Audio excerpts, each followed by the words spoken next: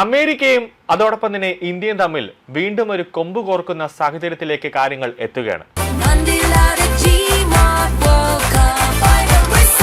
ഗോളടിക്കൂ, football സമ്മാനമായി നേടൂ. LED ടിവികൾക്ക് 70% വരെ ഡിസ്കൗണ്ട്. ആഘോഷിക്കൂ ഈ ഫുട്ബോൾ വേൾഡ് കപ്പ് ഗോപുനന്ദിലെ ജിമാർട്ടിനൊപ്പം. കാരണം ഖലിസ്ഥാൻ വാദിയായ ഹർദീപ് സിംഗ് നിജാറിനെ 2020 ഇന്ത്യ ഭീകരനായി പ്രഖ്യാപിച്ചിരിക്കുകയായിരുന്നു. നിരോധിത സംഘടനയായ ഖലിസ്ഥാൻ ടൈഗർ ഫോഴ്സിന്റെ മേധാവിയായിരുന്നു ഈ ഹർദീപ് സിംഗ് നിജാർ എന്ന് പറയുന്നത്. നിലവിൽ ഖലിസ്ഥാൻ തീവ്രവാദി ഹർദീപ് സിംഗ് നിജാറുടെ കൊലപാതകവുമായി ബന്ധപ്പെട്ട് ജയിലിൽ കഴിയുന്ന മാഫിയ തലവൻ ലോറൻസ് ബിഷ്ണോയെ കൈമാറണമെന്ന് അമേരിക്കയുടെ ആവശ്യം അത് നിയമപരമായി പരിശോധിച്ചതിന് ശേഷം മാത്രം ഒരു അന്തിമമായ തീരുമാനമെടുക്കുമെന്ന് ഇന്ത്യ അമേരിക്കയെ അറിയിച്ചിരിക്കുകയാണ്.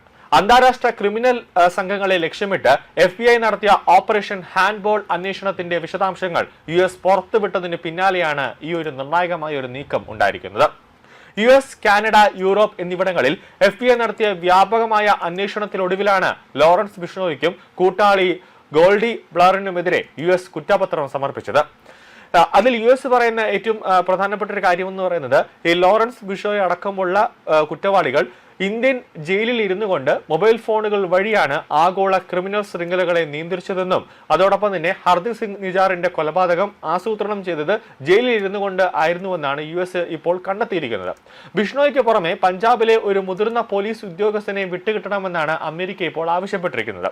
US-ലുള്ള ഒരു കുടുംബത്തെ വ്യാജ കൊലക്കേസിൽ കൊടുക്കുമെന്ന് ഭീഷണിപ്പെടുത്തി പണം തട്ടാൻ ശ്രമിച്ചു എന്ന കേസിലാണ് ഉദ്യോഗസ്ഥനെതിരെ നടപടിക്കായി ഇപ്പോൾ നീങ്ങുന്നതും ആ ഉദ്യോഗസ്ഥനെ വിട്ടുകിട്ടണമെന്ന് അമേരിക്ക ഇപ്പോൾ ഇന്ത്യ അറിയിച്ചിരിക്കുന്നത്. ഹർദീപ് സിംഗ് നിജാറിന്റെ കൊലപാതകത്തിൽ ഇന്ത്യ ഗവൺമെന്റിനോ ഗവൺമെന്റ് ഏജൻസികൾക്കോ യാതൊരുവിധ പങ്കുമില്ലെന്ന് US കുറ്റപത്രം ചൂണ്ടിക്കാണിക്കുന്നുണ്ട്. നിജാറുടെ വധത്തിന് പിന്നിൽ ഇന്ത്യൻ ഏജന്റുകളാണെന്ന് കാനഡയുടെ മുൻ ആരോപണങ്ങളെ തള്ളുന്നതാണ് പുതിയ കണ്ടെത്തൽ.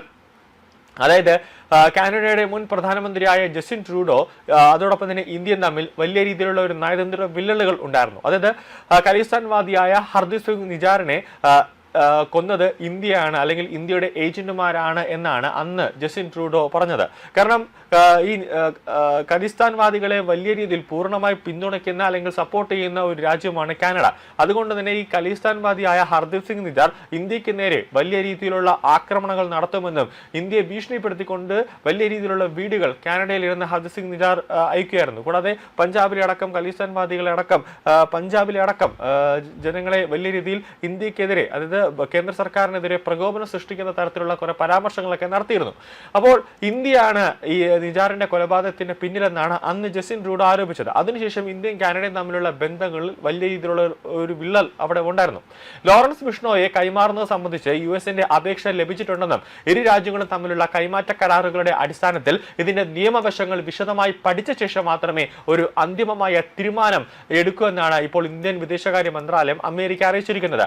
ഖലിസ്ഥാൻ ഭീകരൻ ഹർദീപ് സിംഗ് നിജാറിന്റെ കൊലപാതകത്തിൽ ഇന്ത്യൻ സർക്കാർ ഏജന്റുമാർക്ക് സാധ്യമായ പങ്കുണ്ടെന്ന് അന്നത്തെ കാനഡ പ്രധാനമന്ത്രി ജസ്റ്റിൻ ട്രൂഡോയുടെ ആരോപണം ഉന്നയിച്ച് 3 വർഷങ്ങൾക്ക് ശേഷമാണ് ഈ കേസിൽ ഇന്ത്യ ഗവൺമെന്റ് ഉദ്യോഗസ്ഥരെ പ്രതി ചേർക്കാൻ മതിയായ ഒരു തെളിവുകളും ഇല്ല എന്ന് അമേരിക്ക പറയുന്നുണ്ട്. കൂടാതെ കാനഡ പോലീസും ഇപ്പോൾ വ്യക്തമായി തന്നെ ഒരു കാര്യം പറയുന്നുണ്ട്. ഇതിൽ ഇന്ത്യയുടെ ഉദ്യോഗസ്ഥർക്കോ അല്ലെങ്കിൽ കേന്ദ്ര സർക്കാരിനോ ഇന്ത്യയിലെ ഏജന്റുമാർക്കോ ഒന്നും ഇതിൽ ഒരു പങ്കുമില്ല എന്ന് കാനഡ പോലീസ് ക്ലീൻ ചീറ്റ് നൽകിയിരിക്കുകയാണ്. നിജാറിന്റെ കൊലപാതകത്തിൽ ഇന്ത്യൻ വംശജരായ ഗുണ്ടാ സംഘങ്ങൾക്കെതിരെ അമേരിക്കൻ അധികൃതർ ചുമത്തിയ അല്ലെങ്കിൽ കുറ്റപത്രത്തിലാണ് ഈ ഒരു വെളിപ്പെടുത്തൽ ഉണ്ടായിരിക്കുന്നത്. അന്ന് ഇന്ത്യയും കാനഡയും തമ്മിലുള്ള ബന്ധം വലിയ രീതിയിലുള്ള ഒരു ബന്ധം വഷളാവുന്ന ഒരു സാഹചര്യം ഉണ്ടായി. പക്ഷേ അതിനുശേഷം വന്ന കാനഡ പ്രധാനമന്ത്രിയായി വന്ന മാർക്ക് കാനി ഇന്ത്യ കാനഡ ബന്ധത്തിൽ ഒരു വെള്ളലെല്ലാം തന്നെ അത് സമവായി കൊണ്ട് അല്ലെങ്കിൽ അതായത് ഇന്ത്യയും കാനഡയുമായി വലിയ രീതിയിൽ ചർച്ച നടത്തിക്കൊണ്ട് മാർക്ക് കാനി നരേന്ദ്രമോദി കാനഡയിലേക്ക് സന്ദർശനം നടത്തുന്ന സമയത്താണ് മാർക്ക് കാനി ഈ ഖലിസ്ഥാൻവാദികളെ അടക്കം അവരുടെ പട്ടികയിലേക്ക് അതായത് ഭീകരവാദ പട്ടികയിലേക്ക് ഉൾപ്പെടുത്തിക്കൊണ്ടുള്ള ഒരു നിർണായകമായ ഒരു നീക്കം നടത്തിയത്. അതിനുശേഷമാണ് മോദി കാനഡയിലേക്ക് സന്ദർശനം നടത്തുകയും അതിനുശേഷം ഇപ്പോൾ ഇന്ത്യയും കാനഡയും തമ്മിലുള്ള ബന്ധത്തിൽ വലിയ രീതിയിലുള്ള വിള്ളലുകൾ ഒന്നും തന്നെയില്ല. അവരിപ്പോൾ ഒരു നയതന്ത്ര പരമായി വളരെ ശക്തമാണ്, ഒരു സൗഹൃദപരമായ രാജ്യമായിട്ട് തന്നെ പോകുന്നുണ്ട്. നിലവിൽ മോദിയെ പിണക്കാതെ പോകുന്നതാണ് ഏറ്റവും നല്ല ഒരു ഉചിതമായ തീരുമാനമെന്നാണ് മാക് ഹാനി തന്നെ പറഞ്ഞത്. അതുകൊണ്ടാണ് ഇപ്പോൾ മോദി എന്താണോ ആവശ്യപ്പെട്ടത് അതെല്ലാം തന്നെ മാക് ഹാനി ചെയ്തു കൊടുക്കുകയും ചെയ്തിട്ടുണ്ട്. നിലവിൽ ഇപ്പോൾ അമേരിക്കയുടെ ഒരു ക്ലീൻ ചിറ്റ് വരുന്നു, അതോടൊപ്പം തന്നെ കാനഡ പോലീസിന്റെ ഒരു ക്ലീൻ ചിറ്റ് വരുന്നു. ഇതിന്റെയൊക്കെ പിന്നിൽ ലോറൻസ് ബിഷോ ആയിരിക്കാനാണ് സാധ്യത. ഈ നിജാറിന്റെ കൊലപാതകത്തിൽ ഇന്ത്യക്ക് യാതൊരുവിധ പങ്കുമില്ല എന്ന് കാനഡ പോലീസും അതോടൊപ്പം തന്നെ US-ന്റെ ഫെഡറൽ ബ്യൂറോ ഓഫ് ഇൻവെസ്റ്റിഗേഷനും പറയുമ്പോൾ അത് ഇന്ത്യക്ക് ഒരു വ്യക്തമായ ഒരു തെളിവാണ്.